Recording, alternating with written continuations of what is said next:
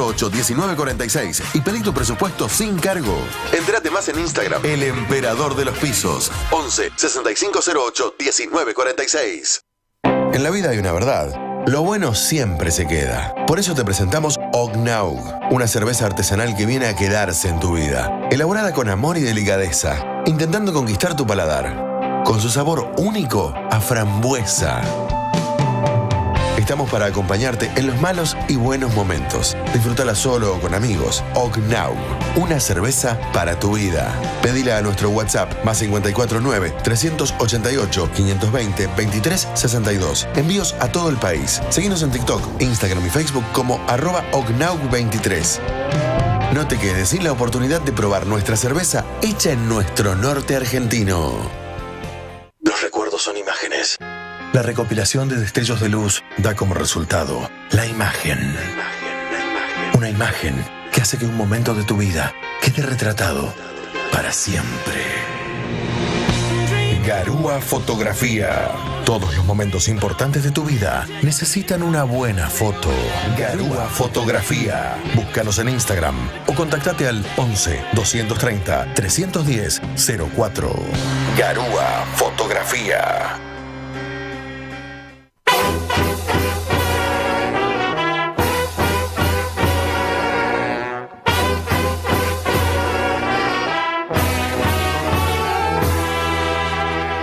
El teatro. Vive el teatro siempre. Soy Gabriela Romeo, actriz, dramaturga, directora. Las invito a compartir universos singulares con extraordinarios teatristas. Este programa lo auspicia Argentores. A volar con la imaginación. Así empieza el viaje.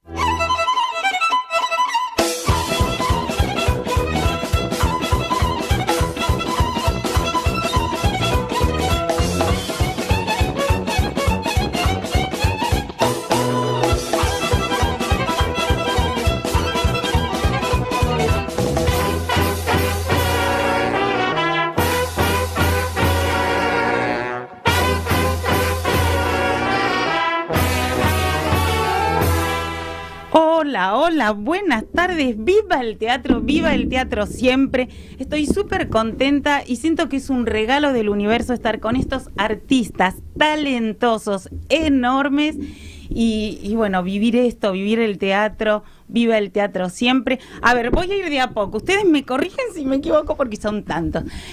Sol Salinas, bueno, además que nos conocemos hace mucho y la quiero un montón, talentosísima, curadora. Productora, gestora cultural, enorme, y está encargada de coordinar la administración y la producción de Alternativa, ¿sí? Sí, así es. Bueno, es enorme, pero aparte has hecho cosas bellísimas, trabajaste mucho con Monina Bonelli, bravo y gracias por estar. No, gracias a vos por la invitación. Bueno, acá del otro lado de la mesa está Luciano Mansur, un enorme actor, titiritero, vos corrígeme, dramaturgo, realizador, premiado, nominado, se ha formado en el exterior, pero también formó a gente en el exterior. Aquí también, del otro lado, a mi derecha, otro talento. Sí, hola, no te saludé, hola Luciano. Hola Gabriela, gracias por invitarme y por estar acá compartiendo con tu audiencia. Bueno, y ya nos va a hablar de el espectáculo que están haciendo en el Espacio Art House, que es una belleza, una maravilla, con el ensamble del lugar y el responsable de la música y de los espectáculos del ensamble es Lucas Fajín. Hola Lucas. Hola, ¿cómo estás, Gabriela? Bueno, compositor, músico, talentosísimo. ¿Tenés doble nacionalidad? No. ¿No? Bueno, sí, pero no la francesa en todo caso. Bueno, está pero aquí. Sí, tengo vida en los dos lados. Vida en todos lados y también una enorme formación, un gran camino, y no solo te formaste afuera, sino que formás a gente afuera, ¿sí? Ya no más, en realidad. Me retiré hace... ¿Te cansaste? Sí, hace 10 años que ya no estoy dando muchas clases, pero... Qué lindo esto de la fusión de la música instrumental y electrónica. Qué poética, bellísima. Ya nos vas a hablar de esto, además del ensamble, Ok, ¿sí? buenísimo. Gracias. Seguimos acá con Marina Basolo, actriz, dramaturga también.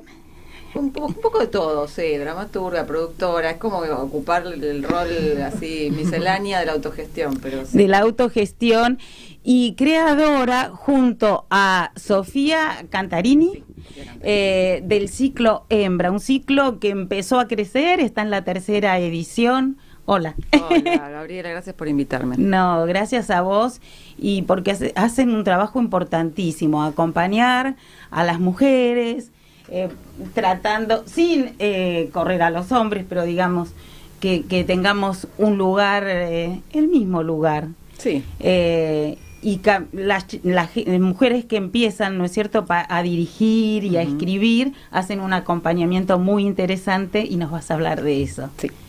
Y después acá tenemos otra capa encargada responsable, no encargada, de la parte, coordinás la parte cultural, artística. No, yo hago comunicación. Comunicación, se me cruzaron los cables mucho. Sofía Santangelo, también en Alternativa Teatral, haces un trabajo muy interesante. Muchísimas gracias por estar. Gracias a vos, Gabriela, por invitarnos. Bueno, es licenciada en Gestión de Cultura y Arte. Exactamente. Muy bien. Bueno, así que como se darán cuenta los oyentes, hay de todo acá.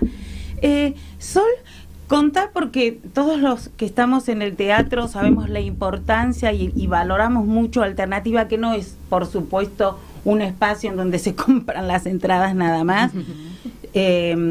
Contá cómo empezó este bocho de Javier Acuña como una necesidad personal. Contá el caminito. Bueno, la historia es que él estaba actuando en una obra y no sé si alguien acá se acuerda de hace muchos años que para ir al teatro independiente tenías que llamar a un teléfono, Sí. en un horario, en un día, te anotaban en un cuadernito. Si llegabas, si llegabas y estaba la entrada buenísimo, era un poquito más informal. También era complejo avisarle a una persona si se suspendía la función o no, porque no tenías los datos personales, etcétera. Entonces, por una necesidad personal de querer coordinar mejor la obra en la que él estaba actuando, al ser también programador, además de actor, creó una plataforma que en principio era para las reservas, para por lo menos poder cancelar una función a muchas personas, tener los datos personales, quedarse la base de datos, que eso es importantísimo. Entonces comenzó así, Alternativa. Luego, pero de 10 años, comenzó a vender entradas. También fue un portal más enfocado en la crítica y la comunicación en algún momento. Tuvo bastantes transformaciones en general. Bueno, y ahora sigue la etiquetera. Algo que pasó a partir de la pandemia es que ya la gente no lo usa más para reservar. O sea, hasta la pandemia se utilizaba un poco como etiquetera y un poco como reserva, como gestión de reserva sin pagar el ticket. Y algo que percibimos, hicimos estudios de públicos, además, después les voy a contar. Sí, pero favor. algo que percibimos, porque justo salimos a medir en la pandemia, a ver qué estaba pasando con los públicos en ese momento tan histórico, tan también conflictivo y extraño para quienes nunca habíamos vivido una pandemia, nadie de acá.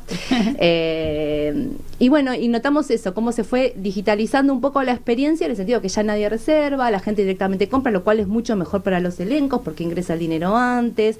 Generalmente si compras la entrada vas. Las reservas tienen ese problema, de reservar y que después las personas no asistan y no pasa nada. Y bueno, y en el 2019 conformamos una fundación que yo en este momento me estoy encargando de dirigir para poder realizar simplemente proyectos sin fines de lucro, que ya estaba la Alternativa, ya habíamos, por ejemplo, uno de nuestros proyectos se llama Proyecto Archivo, que ya existía de antes de la fundación, con el cual continuamos. Y también, bueno, ir tratando de generar nuevos proyectos de acorde a los contextos que son muy cambiantes. Entonces, bueno, a partir de todo esto comenzamos con la fundación también a poder captar más recursos, para eso la creamos. No es lo mismo, no sé, generar un dinero o una donación o, no sé, por ejemplo, uno de los estudios de públicos que hicimos apoyó Santander, y fue gracias a poder tener la personería jurídica, poder recibir los recursos de una manera quizás más ordenada, que si le pasas dinero, no sé, a una persona física, yo siempre esto lo cuento porque tiene su parte interesante, sí. No hace falta crear una fundación, puedes crear una asociación civil, hay una que se llama Simple, vas a abogados culturales y te ayudan, o sea, tiene su parte que pienso que puede servir también. Y que este estudio es muy importante, ¿no? ¿Qué público se acerca y qué tener en cuenta todos los que hacemos espectáculos para que pueda disfrutar gente que por ahí no es muy teatrera? ¿Qué evaluación hicieron de bueno, esto? Mira, hicimos varios estudios de públicos. Del 2019 al 2020, casualmente comenzamos a trabajar justo antes de la pandemia, todo obviamente casualidad. Ya estaba planteado el estudio, pero la encuesta, que fue digital, salió durante la pandemia, entonces un montón de gente respondió, claro, no tenían otra cosa que hacer. Generalmente te piden una encuesta y decís, no, qué plomo. Bueno, todos respondían. Así te dicen 2 minutos y seguro que bueno, tuvimos muy buena respuesta, por suerte. Después sucedió que, bueno, al estar en pandemia, con Mariana Aramburu, de Enfoque Consumos Culturales, que es una asociación civil con la que hacemos esto, dijimos, salgamos a medir. Nos cuesta conseguir recursos para los estudios, no importa cómo, dijimos, salgamos a medir, después vemos, bueno, hasta vamos nosotros, si hace falta, lo que sea, y bueno, comenzamos también a medir. Ahí fue donde percibimos la digitalización, que ya sé que todos sabemos que existe, pero bueno, como verlo en concreto, mirá, nadie reserva, mirá, ahora miran esto, quizás en vez de leer una crítica se fijan no sé, qué obra recomienda un artista que a mí me interesa, empieza a tener más voz. Como que la idea de esto de la recomendación boca en boca también se digitaliza. Entonces está bueno prestar atención a eso. Claro, es nuevo eso. Sí. Y después, en pospandemia, fuimos a medir presencialmente, por primera vez, fuimos con Mariana y unas chicas de Alternativa a hablar con la gente, a hacer entrevistas, a ver las salas, a ver qué pasaba. Y ahí descubrimos algo que nos sorprendió mucho, que era un 20% de las personas que entrevistamos y encuestamos. Había por un lado unas encuestas digitales así prearmadas, y por otro lado unas entrevistas para poder como indagar un poco más íntimamente con las personas. Eran algunas bastante largas. En esas entrevistas personales descubrimos cómo las personas valoraron de vuelta o revalorizaron, o no sé, pusieron a ver de otra manera el hecho de poder salir de la casa, ir a ver una obra, esto está cerca, esto no es tan caro. Y también muchas personas nos hablaban de la necesidad de darse cuenta fuerte por el aislamiento de la diferencia entre los contactos corporales, de hablar, ver, que todo de manera digital. Y en ese mismo estudio descubrimos, o sea, entre todas esas personas, un 20% de nuevos públicos, personas que iban por primera vez, lo cual nos llamó terriblemente la atención. Es un montón. Hablamos con todas esas personas, las que pudimos, y, por ejemplo, siempre doy el mismo ejemplo, pero recuerdo una pareja que venían de Quilmes, que decían, no, yo vi en TikTok, reel, no sabía que existía este tipo de teatro, como que su idea era solamente la calle corriente de donde ella vivía, tenía esa percepción. Vi reel y vine, y fue en el Teatro Método Kairos, me dice, me gusta el lugar, el café es rico, tengo al actor cerca, estaban súper contentos. Entonces lo vamos a seguir haciendo, y todos nos decían más o menos eso. No sabíamos que esto existía, que estaba esta sala, que estas obras son muy buenas, puedo acceder en relación al precio de la entrada. Solo que nuestra conclusión en ese momento, que luego lo reforzamos con el estudio que hicimos este año, es que quizás, bueno, no hay una formación adecuada de público, por un lado, que eso se tendría que hacer cargo del Estado, pero por el otro lado, desde nuestro lugar quizás podemos tratar de trabajar un poco en lo que es la comunicación. Hay un montón de personas que sienten la necesidad de tener esta conexión, es una experiencia artística, no saben cómo, no saben dónde ir, no entienden la cartelera, porque vos decís, bueno, veo una de, no sé, Tencori, no sé, te das cuenta que vas a ver. Bueno, y el flyer no les dice nada, lo ven hasta medio críptico, no voy a entender. Bueno, ya vamos a continuar con esto. Luciano, tu trabajo es maravilloso. Esto de el titiritero en presencia y en ausencia, entregándose. Ayer el soldado, ahora vas a contar qué estás haciendo, y eso que los ojos no son movibles, pero te miraba, esto de la cercanía, y te emociona, bueno, tu entrega y tu profesionalismo es enorme. Pero contá un poco cómo te atrajo este mundo, cómo empezaste. Bien. ¿Cuál fue? Sí, permiso. Bueno, mi formación viene, primero estudié en Andamio 90, en la Escuela de Güero, teatro. Sí, pero en tu casa cuando eras niño, ¿qué pasó ahí? Bueno, uno siempre... Una media y te hicieron así. No, uno siempre juega con muñecos, eso es básico. Y la ducha es el centro de las batallas más hermosas. No, pero sí en las siestas de mi familia, yo me ponía a jugar con muñecos, pero no sabía que después iba a ser titiritero. Lo que pasa es que después, cuando termino de estudiar acá, hago una gira larga por América del Sur, y como 3 años. Hasta una caravana. Claro, una compañía que iba yendo a festivales, teatros, calles, sala, universidades, dando clases y haciendo espectáculos, y ahí conozco muchos titiriteros y titiriteras a lo largo del camino. Y da la casualidad que en el último año, en 2012, termino llegando a Venezuela, al Teatro Tempo, donde está Eduardo Di Mauro, que son 2 titiriteros, un hermano, son 2 hermanos, pero uno de ellos es el que estaba cuando llegué, que es como un emblema del teatro de títeres dentro de Sudamérica, y es argentino. Y ahí llegué a un festival, pero llegué con un espectáculo de sala, de clown y a una casa de calle. Y ahí me la pasé todas las noches leyendo libros. Mientras tanto estaban de juerga, yo estaba un poco nerd, y leía todos los días y veía mucho títere. Y en esos días él nos acerca unos números de títeres, y nosotros los hicimos como calle. Pero ya en el espectáculo, y en Bolivia, Perú, Colombia y Venezuela, hacen mucho títere. Cuando regresé a Argentina, a fines de 2012, estaba la UNSAM y me decidí estudiar ahí. La Universidad de San Martín. La Universidad Nacional de San Martín, y ahí entro de lleno a ese universo. Yo siempre había trabajado en teatro, había hecho máscara, clown, pero siempre teatro. Y ahí entro en ese universo y lo tengo a Tito Lorefice, en Alvarado, Braki, Antoneta Majarodo, y en ese universo entro, y después, ya hace casi 7-8 años que estoy trabajando en eso. Y lo que más me atrae de eso es poder no perder el actor. Si yo trabajo a la vista del público y con un títere, en la obra de la historia de un soldado, lo que van a ver es que yo me oculto o desaparezco en presencia, o el ideal sería hacer una presencia-ausencia. Claro. Entonces trabajo al servicio del títere, nosotros le llamamos copresencia, soy como una presencia con el títere. Y le presto las piernas, cuerpo prestado, cuerpo híbrido. Bueno, eso es trabajar al servicio del objeto.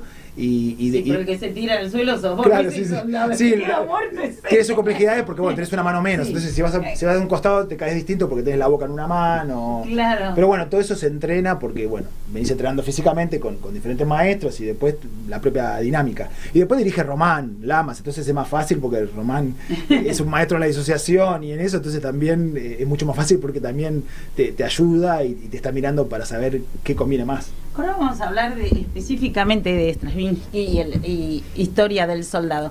Pero siempre tengo esa curiosidad, porque no sé, te habrá contado Román Lamas que mi obra Cabecita de Papel Maché, yo la escribí para un ventrílocuo.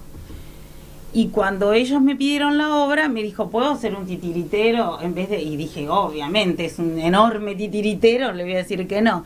Pero ¿cuál es la diferencia? Porque hay bastante, me parece. Bueno, mirá, no voy a decir mi opinión y de lo que yo transité. No quiere decir que sea una verdad concreta, solo es de mi propia investigación. Cuando empecé en el espectáculo anterior que hicimos con Román Lamas, Proyecto Frankenstein, lo que me interesaba investigar era cómo disocio 2 personajes. No quería perder el actor, pero tampoco y actuar con el títere. Entonces, ¿cómo actúas 2 personajes en escena sin que se confundan las presencias? Entonces, dentro de esa investigación, un profesor me recomienda hacer ventriloquía. Y es un universo totalmente poco conocido, o a veces también hay cierto prejuicio de ciertos sectores de la sociedad como algo más friki, ponele. Bueno, la cosa es que yo lo empiezo a investigar. Y mi papá era muy fanático de Chapman y Chirolita, entonces empecé a hablar mucho con él. Entonces veíamos videos, me iba comentando, y empiezo a buscar. Ahí me encuentro un texto de Daniel Riera, que es creo que uno de los fundadores de la revista Anfibia, si no me equivoco, que él hizo una nota a los ventrílocos y conoció el círculo de ventrílocos argentinos. Claro, yo también así conocía. Claro, el libro se llama Gente Grande que Juega con Muñecos. Y ahí caigo con el presidente del círculo de ventrílocos argentinos. Entonces me voy a estudiar con él. Y empecé a conocer un mundo maravilloso. Pero claro, pareciera que no está conectado con los titiriteros. Hacen títeres, pero ni los titiriteros, al menos los que yo conocí, se metieron con ventriloquía y viceversa. No son objetos para ellos. Ahí hay una cosa ahí muy sutil, no son objetos. Bueno, vamos a contar para la audiencia cuál es este espectáculo, cuál es la historia, y cuando ya nombrás al ensamble, vamos acá con Lucas, que nos explica, que es el experto. Bien, bueno, Lucas va a explicar mucho mejor, igual tengo miedo de equivocarme en algo, pero la obra es La historia de un soldado, de Igor Stravinsky y Rasmus. Es una producción de Art House, donde trabaja el ensamble Art House, y la puesta titiritera teatral es de Román Lamas, y también trabajamos ahí con Mara Mantelli y Mariano del Pozo. Pero qué mejor que Lucas para que cuente. Para sacarte el peso de encima. Exactamente. Sí, contá. Perdón. Bueno, yo me ocupo de la programación de música en Art House, y entonces tuvimos la idea, junto a Andrés Bujar, de armar este proyecto de Historia del Soldado, que es una pieza de comienzos del siglo XX, o sea, es un clásico, en donde la música y el texto interactúan como un nivel similar. La historia es la historia de un soldado que vuelve a su casa, se encuentra, no voy a develar todos los detalles, pero se encuentra con el diablo, intercambia, de alguna manera le vende su violín como si fuera su alma al diablo, el diablo le ofrece riquezas, etcétera. Después también es muy linda toda la historia porque se van desarrollando también encuentros amorosos, románticos, y bueno, y es al mismo tiempo una fábula faustiana, pero para nada solemne, es muy divertida. Claro. Y además ellos lo encararon, se hizo una adaptación del texto, que no deberíamos decir que se hizo, estoy diciendo mal, pero no se hizo en realidad.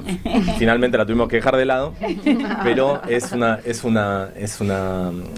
como un acercamiento muy coloquial, muy inmediato a la pieza.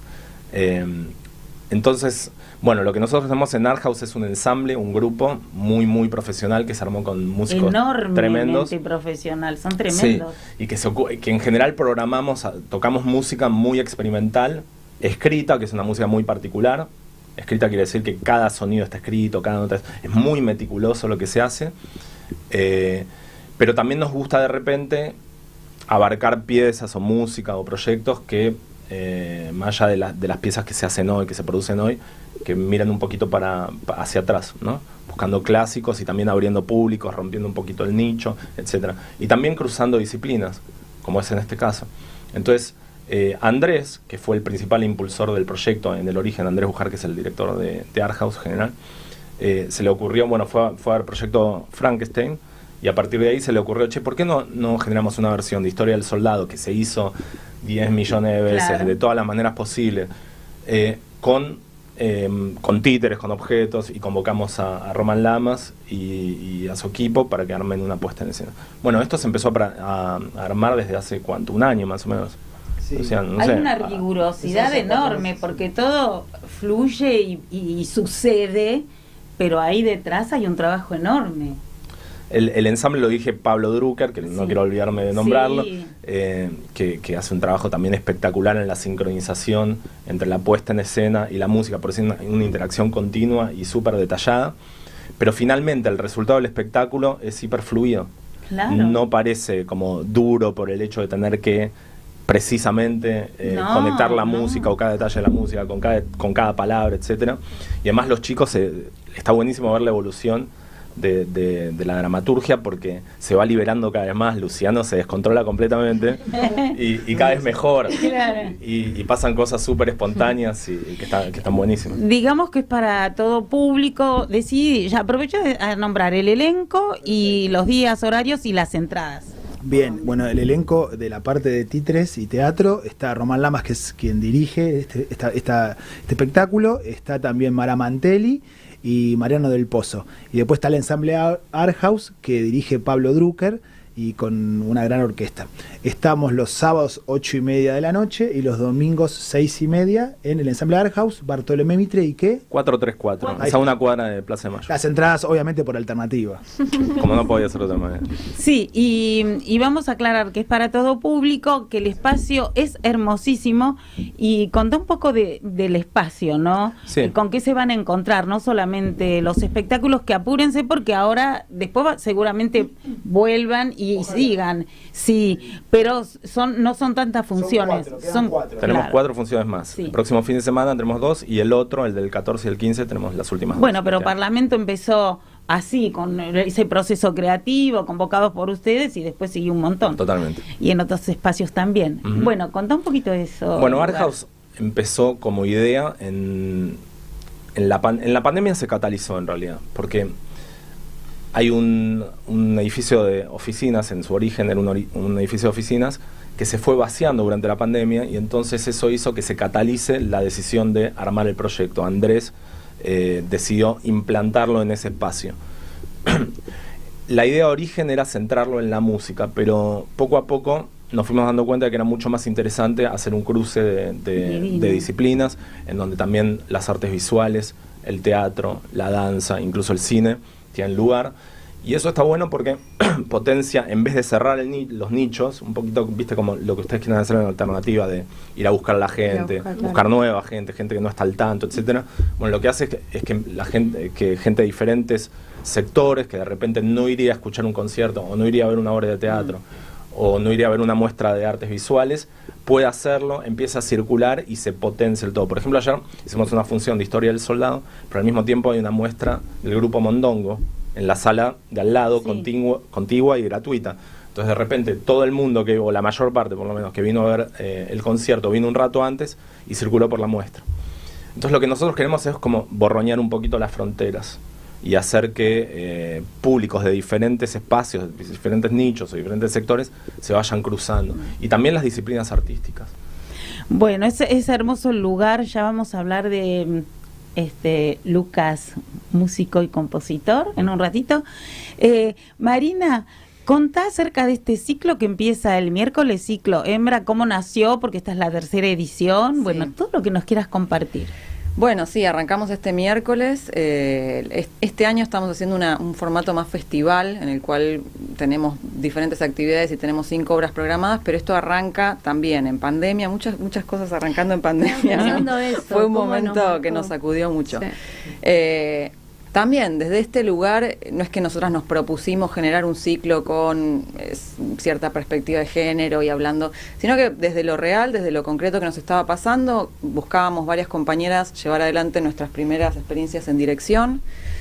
Y la manera en la que nos encontramos fue acompañándonos, armando un ciclo en el que juntas pudiésemos acompañarnos en los procesos creativos, armando red, algo que las mujeres también solemos hacer mucho en todos los ambientes y los espacios. Y bueno, así hicimos la primera edición, que fueron monólogos, lo hicimos en Espacio Tole Tole, que es un espacio muy, muy querido. Ahí en Pasteur. En Pasteur, que nos alojó con mucho cariño y acompañamiento también. Y después ya para la segunda edición dijimos, bueno, un pasito más, convocatoria abierta, ahí empezamos ya a ampliar un poco, a difundir más, a comunicar más el ciclo, también a la necesidad de darle una identidad, un formato. Y ahí hicimos la primera convocatoria abierta, hicimos un formato incubadora, le dijimos nosotros que ahí hacíamos un acompañamiento un poco más activo, con tutorías en dirección, en dramaturgia y en producción, para después la continuidad de las obras si querían seguir haciendo temporada. Y esa edición también salió muy bien, ampliamos un poco, cada pasito que dábamos íbamos ampliando y agrandándonos, y este año dijimos, bueno, un salto, festival, 5 obras, tenemos a un espacio formativo también que nos gustaría también seguir ampliando, que este año vamos a tener a Maruja Bustamante dando una clase de El dirección. martes 10, 19 horas. Exactamente, va a ser virtual, también a propósito de incorporar gente de todas partes del país. Y bueno, estamos muy contentas. Arrancamos este miércoles con la primera función, ensayo para una despedida a las 21 horas. En el espacio que estamos este año es Área 623. Lo que antes era Pacheta. Exapacheta. Vasco 623. Sí, exacto. Y bueno, es un espacio que también es de una mujer, que desde Eli Sering, que es iluminadora muy importante en nuestra escena. Y bueno, estamos ahí programando todas las obras. Son 5 obras, digo toda la programación sí, de una. Sí, después repetimos. Dale, bueno, entonces este miércoles 21 horas, ensayo para una despedida, que es un unipersonal de danza-teatro, una obra con un formato muy lindo también, con audiovisual y con música en vivo también, muy interesante. Después tenemos el 14, perdón, tengo que chusmear el machete porque no me quiero equivocar. Sí. El 12 primero, el 12 tenemos la reposición porque esto también es un tema de la curaduría que habíamos pensado en especial para esta edición, como poder trabajar con diferentes estadios del proceso creativo. Entonces tenemos 2 obras que están en reposición, que son Ensayo para una despedida y Cecilia y el lagarto, que va a estar el jueves 12 a las 20 horas.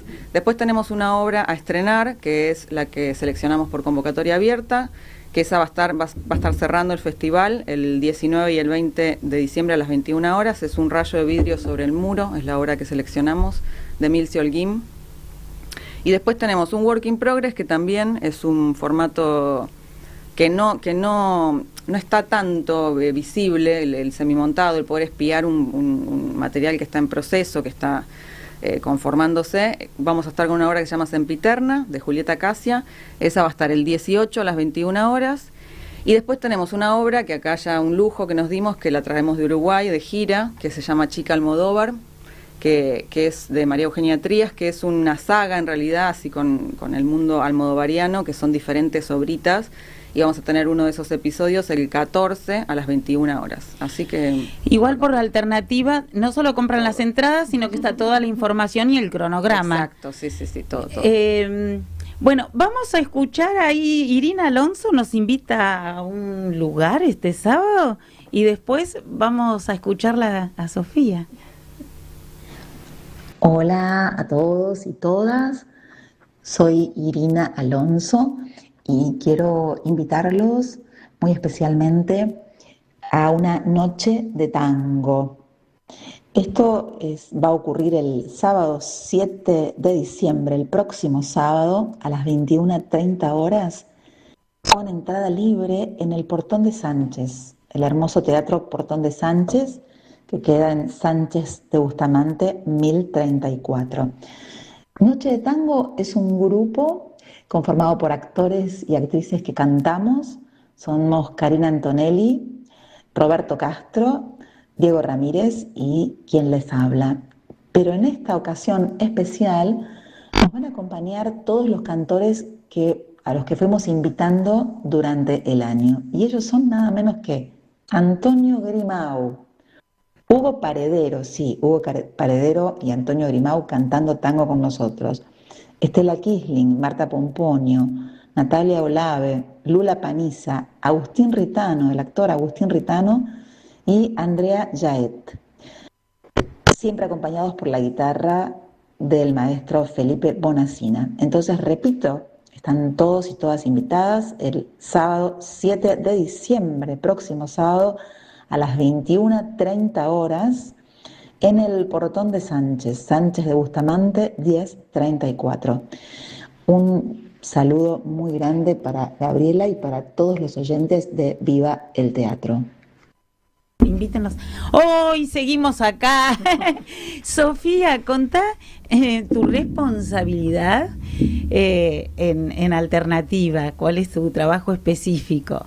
Bueno, yo soy responsable de comunicación en Alternativa y del sector de publicidad, que bueno, seguramente lo habrán utilizado acá los presentes.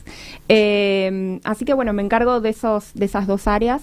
Redes sociales, bueno, los newsletters que siempre salen todas las semanas con información de las obras y demás, y bueno, toda la comunicación de lo que es la fundación de Alternativa, que es la que lleva adelante estos trabajos, los estudios de públicos, las clases magistrales, bueno, este año empezamos también con desmontajes. Contá un poquito, te voy interrumpiendo a medida. Sí. Lo de las clases magistrales es muy interesante. Por ejemplo, Cartoon dio unas cuantas. Sí. Decí cómo es eso, lo proponen ustedes, buscan ustedes al que va a dar la charla, se propone él, ¿cómo es? Bueno, esto surgió hace 2 años aproximadamente. Lo que hicimos fue una encuesta para la comunidad, en la que le consultamos si estaban interesados en tomar clases magistrales con distintos referentes de la comunidad, y ellos mismos fueron eligiendo a los que les llegó la encuesta, a los que respondieron la encuesta, que son parte de la comunidad escénica, respondieron, distintos referentes. Surgió Cartoon, Lucrecia Martel, Mariana Enríquez, ellos como que estaban en el podio. Y bueno, fuimos armando las clases en base a lo que... ¿Cómo es? ¿Es a través de la página? ¿Es online? ¿Se conectan? ¿Zoom? ¿Cómo es el proceso? Las clases son virtuales. Se conecta, en general son los sábados, que son los días que también consultamos a la comunidad, cuáles eran los días que ellos preferían. Siempre prefieren sábados a la mañana, así que lo hacemos los sábados a la mañana. Son virtuales, eso me parece que nos abrió una posibilidad muy interesante, porque siempre, al finalizar las clases también enviamos una encuesta para saber si estuvieron contentos con la clase, con el desarrollo, con la inscripción, obviamente con el que se presentó. Siempre lo que nos dicen es que no tienen posibilidad de acceder, personas que viven en otras provincias, o personas que viven en otros países, no tienen posibilidad de acceder a clases presenciales, obviamente. Con estos grandes maestros. Exactamente.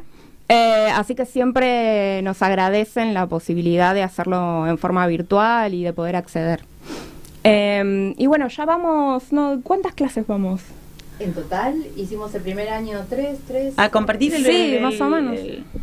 Sí, 9 hicimos. Clases, Sí, además no solo le preguntamos a qué personas querían escuchar, sino que, todo a partir de la pandemia, pero a partir de la pandemia, en la pandemia hicimos unos foros que se llaman foros de teatro pandémico, que hablamos, me acuerdo que un escenógrafo italiano, que no puedo recordar el nombre, que planteaba cómo romper la situación a partir de la pandemia, y propuso algo que luego se hizo en un FIBA, con autos en la costanera. Yo fui, estaba muy divertido.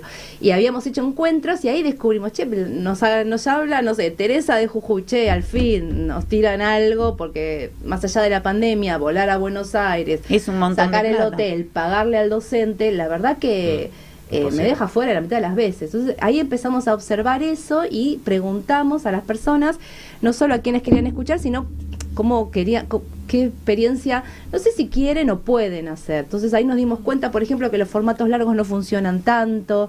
No sé si 6 clases las voy a hacer. Una seguro, y si quiero me anoto la otra, si quiero. Como empezamos a observar cómo se acorta también la resistencia. El Zoom no es lo mismo que presencial.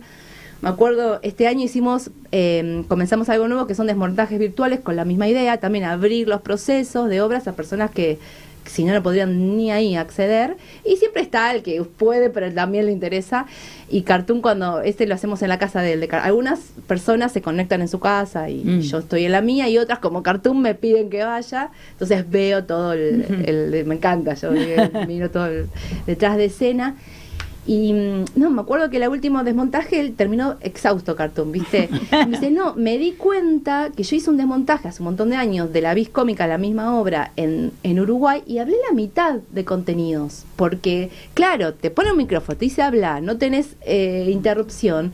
Entonces me empecé a hablar. Entonces, eso, como que es diferente. Una dinámica diferente. Es diferente, se puede acceder más fácilmente. Las entradas son mucho más accesibles, obviamente, porque los costos de producción es el Zoom. Y lo que cobra el docente, obvio, pero es eso. Entonces vimos eso, que se puede acceder fácilmente, y encima se puede como tirar, todo te mueve a que hables más, tires más info. Entonces la gente... Cuentes secretos. Se pone muy contenta, la gente se pone muy agradecida. Y también algo que pasó en el desmontaje de Imprenteros, la obra de Lore Vega, es que hubo mucho intercambio. Una señora que había trabajado en Costa Rica y que también nunca más había podido conectarse con ese artista. Vos, por ejemplo, vos que estuviste en muchos países, esa gente que vos conociste en esos países, ¿cómo se vuelve a conectar con vos? Y yo sé que la gente de teatro odia el Zoom y todo lo digital, eso tiene un poco a favor para algunas cosas, como por ejemplo esto. Y Lore pudo volver a dialogar con esta persona, y había una artista brasileña que había trabajado con, no sé cómo se había enterado, y se producen unos intercambios también interesantes. Claro, que falta tanto, ¿no? Hablar de lo nuestro y compartir las experiencias. Y saber esto, qué le pasa al público, qué público es el que llega. ¿cómo es esto de los públicos y los barrios, según donde están las salas? ¿Qué observaron ustedes? Bueno, porque yo que voy mucho al teatro, 4 o 5 obras por semana, me doy cuenta que los públicos son diferentes en cada lugar. ¿Qué investigaron? Bueno, este año investigamos, nuestra quinta investigación fue de los no públicos o esporádicos. Si una persona no había ido al teatro en 6 años, ya era no público, y si había ido 2 veces, era esporádico. Y comenzamos a investigar, hicimos grupos focales, encuestas, entrevistas, pero también de vuelta profundas, personales, para tratar de captar realmente por qué no iban al teatro. Y bueno, y en principio en el contexto es que de las salas que existen en la ciudad de Buenos Aires, según CINCA 2020, creo que son 1.335 más o menos, pero el 70% están en manos privadas. Eso es un montón, primero. Y es muy diferente al panorama de artes escénicas de otras ciudades. Eso también me lo comentan mucho, no sé. Hace poco me hicieron una entrevista para Chile, Javier Ibacache, para preguntarme sobre este estudio, y me decían, no, claro, Chile es tan diferente que nosotros lo vemos como, viste, como que les parece muy curioso. Bueno, España también, me han dicho, no, acá la planta funciona totalmente diferente. Acá en Buenos Aires tenemos 70% de salas en manos privadas, y todas concentradas en el norte. Eso también es importante, hay que decirlo.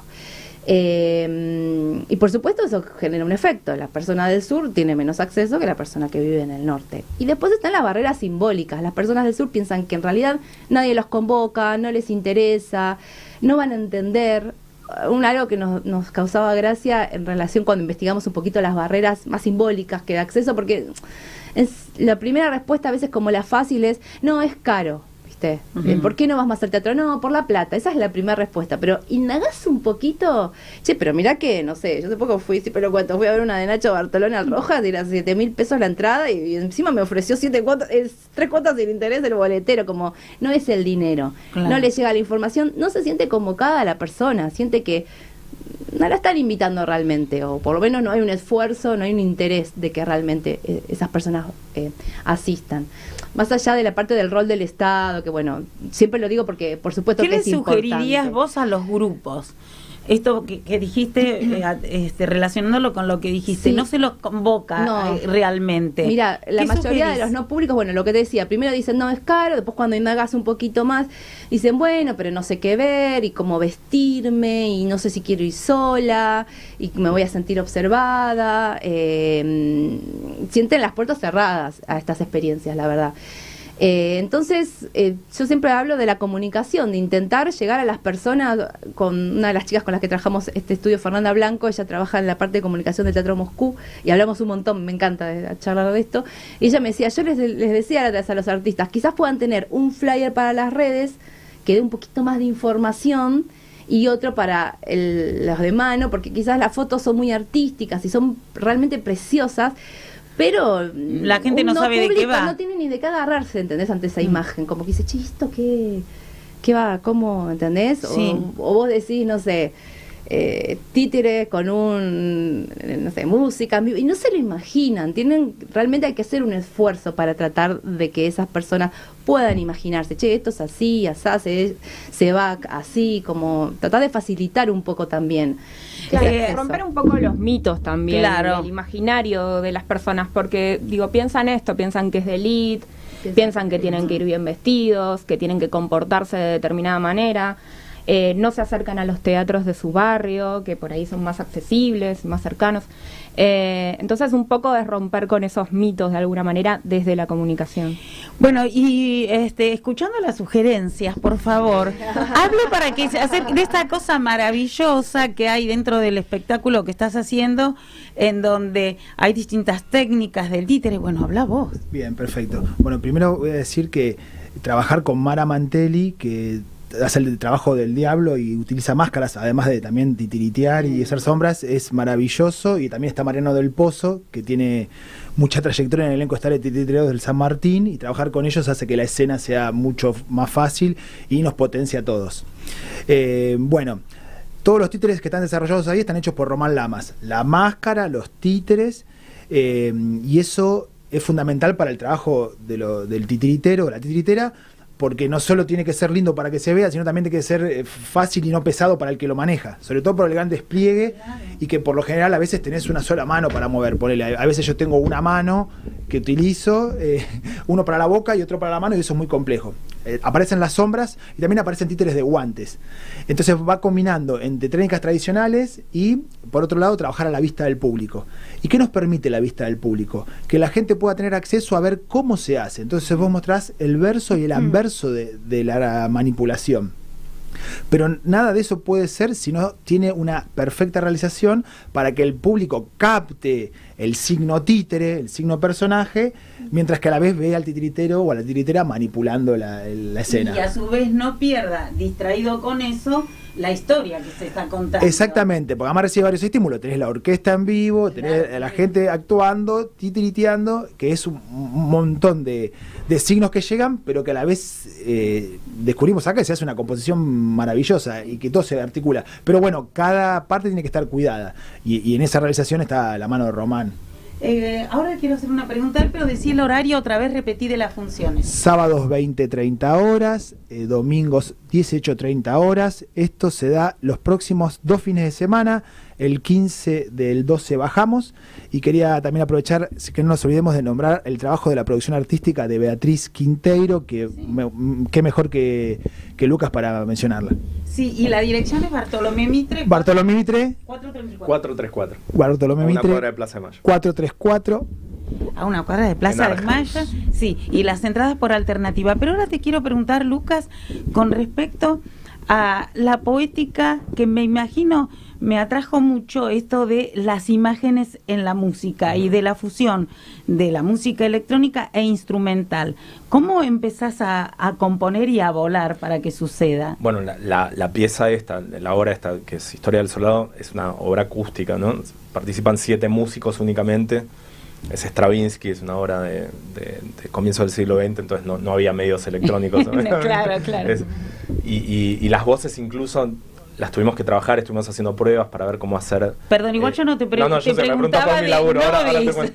No, pero para contar Sí. un poco el panorama una de las cosas que tuvimos que resolver es un poquito el equilibrio entre el grupo de músicos y la palabra hablada, ¿no? Que tiene que estar bien equilibrada, tiene que pasar bien, tiene que llegar bien, con claridad, porque si no le explota la cabeza al que está del otro lado. En algún momento probamos amplificar incluso las voces para ver si eso era más eficaz, más preciso, ¿no? Pero finalmente es todo acústico, ni siquiera las voces necesitan amplificación, o sea, es realmente un equilibrio muy natural el que se genera entre los músicos y los actores, los titiriteros.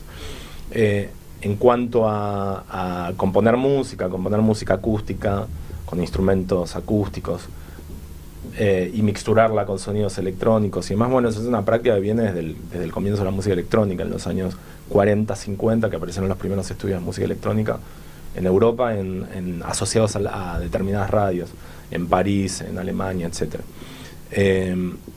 Bueno, se abrió todo un mundo expresivo a través de esos sonidos electrónicos. En un principio la práctica era hiper rudimentaria, muy compleja, muy lenta, donde tenías que cortar cinta, pegar, armar todo un collage. Hoy es mucho más simple, cualquiera con una computadora puede hacer el trabajo que quizás costaba días en 3 minutos, con un Pro Tools o con muchísimos programas que dando vueltas por ahí. Básicamente es un material que vos podés hacer interactuar, o no, podés hacer música electrónica pura, podés hacer música mixturada con instrumentos acústicos, y bueno, y podés hacer lo que se te ocurra. Es como un ámbito de libertad enorme. También para la gente que escribe música, que escribe y que usa todavía aún hoy partituras, pentagramas, como era el caso de Stravinsky hace 100 años, que hay mucha gente que sigue en esa práctica, yo incluso. Pero lo que te permite la música electrónica, en cambio, es tener, obviamente, un retorno inmediato. Cuando vos estás componiendo, cuando estás como en una especie de ¿cómo decirlo?, en un cuadro vacío que vas rellenando, etcétera, bueno, el sonido te vuelve inmediatamente. Puedes hacer todas las pruebas que quieras, puedes pensar el sonido como, incluso electrónico, como si fuera una orquesta, en donde vos vas probando las superposiciones, generando nuevos colores, un relato determinado, y eso está buenísimo, y sos súper autónomo cuando trabajas con música electrónica, en vez de si estás interactuando con músicos, ¿no? ¿Compusiste, te convocaron para componer música para teatro específicamente a vos como compositor? Yo mismo impulsé alguna vez algún proyecto que implicaba una fuerte presencia del teatro o incluso de la danza. Una vuelta hicimos hace 10 años, traemos una obra que se llama La Libertad Total en el San Martín y el libreto estaba basado en una obra, en un libro de Pablo Kachatjian, que él mismo adaptó, y la puesta en escena le hizo Mariano Tenconi Blanco. Ay, que yo lo había conocido a Mariano unos años antes, en un proyecto que habíamos hecho juntos, junto a otros tantos dramaturgos. Yo había compuesto la música y había varios dramaturgos que participaban, y había ido a ver una pieza de Mariano y su compañía, que la pieza la obra se llama Montevideo es mi futuro eterno. Mariano me había invitado, me encantó, y entonces después, cuando yo tuve este proyecto entre manos de La Libertad Total, dije que era una suerte de, entre comillas, ópera. No era realmente una ópera. Le queríamos escapar a eso, pero medio que lo habíamos incrustado en el perfume de la ópera. Sí. Entonces le dije, no, yo quiero a alguien que venga a hacer la puesta en escena, pero que no venga del mundo de la música, sino del teatro independiente y demás. Y bueno, y lo convoqué a Mariano, hicimos ese primer proyecto en la sala Casa Cubierta. Estuvo buenísimo, fue un delirio, fue re difícil hacerlo, porque la producción fue re complicada, pero salió muy bien. Y bueno, y alguna otra vez trabajé también para alguna compañía de danza en un proyecto compartido, pero si no, en general laburo como música muy pura por la música en sí misma. Marina, ¿qué les dirías a mujeres artistas dramaturgas que se quieran sumar a este proyecto para los nuevos ciclos? Eso. Y decía el objetivo de ustedes, más allá, bueno, de esta fiesta y este compartir, que seguramente hay como ilusiones por ahí. A partir de la experiencia esta que te cuento de cómo surgió el ciclo, lo que empezamos a darnos cuenta y a visibilizar es esta diferencia, digamos, de oportunidades que atraviesa todos los aspectos de la sociedad que tenemos las mujeres. Nosotras también igual siempre nos gusta destacar que el teatro independiente, por lo menos, porque me parece que hay una gran diferencia entre teatro oficial, teatro comercial y teatro independiente en este aspecto, tiene muchísimas mujeres que están ocupando roles importantes, no solo de manera nacional, sino internacional. Lola Arias acaba de ganar el premio Ibsen, o sea, hay un avance en ese sentido, pero de todas maneras sigue siendo un camino siempre más dificultoso, siempre atravesado por las cuestiones con las que tenemos que convivir en cuanto a diferencia de salarios, diferencias de bueno, tener que quizás... de oportunidades. De oportunidades, sí, bueno, sexualización todo el tiempo en todos también los espacios. Entonces, bueno, nosotras lo que acá, desde un lugar también pequeño dentro del teatro independiente, que es donde nosotros trabajamos y nos movemos, es volver a dar un granito de arena a la discusión y volver a ponerlo sobre la mesa, porque muchas veces no parece lo más urgente dentro del movimiento, que obviamente no es lo más urgente, lamentablemente sigue habiendo toda la cuestión de violencia y femicidios como lo más urgente, pero sigue siendo un tema que es importante seguir pensando, debatiendo en sociedad, charlándolo, visibilizándolo, que tiene que ver con esto, que realmente es una realidad. Nos cuesta más llegar a los roles de cabeza de equipo. Entonces lo que invita el ciclo es eso, a decir, bueno, tenés un proyecto, querés materializarlo, querés producir tu material, querés gestar un material en un espacio con acompañamiento de otras mujeres que también están en el mismo lugar que vos, bueno... lo que invitamos es a eso, a animarse, que es una palabra quizás, no sé, compleja, pero bueno, es ocupar el rol que uno quiere y no el que puede, no el que queda a disposición. Y bueno, también el espacio formativo es un espacio que nos gustaría ampliar. Nosotros las clases son gratuitas y queremos sostener eso de ese gesto de que sea inclusivo para todos. Porque para este festival ustedes necesitan recursos. Totalmente, sí. Tienen muchos gastos. Sí, total, sí. Sí, nosotras invertimos, obviamente, todos los recursos con los que tenemos los invertimos en que cada vez tengamos más ediciones más interesantes. Pero bueno, también el espacio formativo, el espacio de que el arte y la escena alternativa se siga pensando a sí misma, también con la voz de las mujeres, con las temáticas y los universos, las cuestiones que nos atraviesan, que no necesariamente también son cuestiones de género específicamente, que eso es algo que observamos mucho a veces con las convocatorias abiertas, de recibir muchos proyectos que hablan de cuestiones concretamente cuestiones de género, cuestiones de violencia, cuestiones de... Que bueno, sí, es una de las cosas que nos atraviesan, pero bueno, también es esto, es decir, bueno, podemos también ocupar zonas de más incorrección, ¿no? Como, ¿de qué queremos hablar? Porque ocupar el rol de cabeza de equipo no es solo, bueno, voy a dirigir, es bueno, ¿de qué quiero hablar? ¿Qué es lo que me atraviesa? ¿Qué es poder conectarme con mi complejidad, poder decir, bueno, esta es mi voz? Es un poco a todo eso lo que se invita con el animarse, ¿no? Es como realmente tomar la batuta y, bueno, nos parece que sigue siendo un tema del que no se habla tanto porque no es lo urgente, digamos, pero bueno, detrás de eso está también todo lo otro, entonces es un poco esa la invitación. Bueno, recordá entonces el festival, de qué días, las entradas, todo eso, y le voy a preguntar a Sol, porque ya tenemos que cerrar, algo que quieras decir específicamente, compartirnos, pero te escuchamos, Marina. Del 4 al 20 de diciembre está las fechas están todas en nuestro Instagram, @ciclohembra, y también en Alternativa, en área 623. Y bueno, la charla de Maruja es el 10 a las 19 horas, desde diciembre a las 19 horas. Tenemos el formulario de inscripción ya en nuestro Instagram, así que es gratuito, pueden inscribirse todos los que quieran. Así que bueno, esas son todas las actividades este año. Bueno, muchas gracias. Sí, Sol, que se estaban ahí con Sofía, digo, ay, ¿qué es lo importante? ¿Qué tengo que decir? No, bueno, en relación a este último estudio que hicimos y los anteriores también, están en Alternativa, los pueden bajar, los pueden leer, tienen muchísimos más datos de lo que yo puedo llegar a decir acá, a través de las redes los pueden encontrar. Eso en principio. Después, si les llega una encuesta, contéstenla.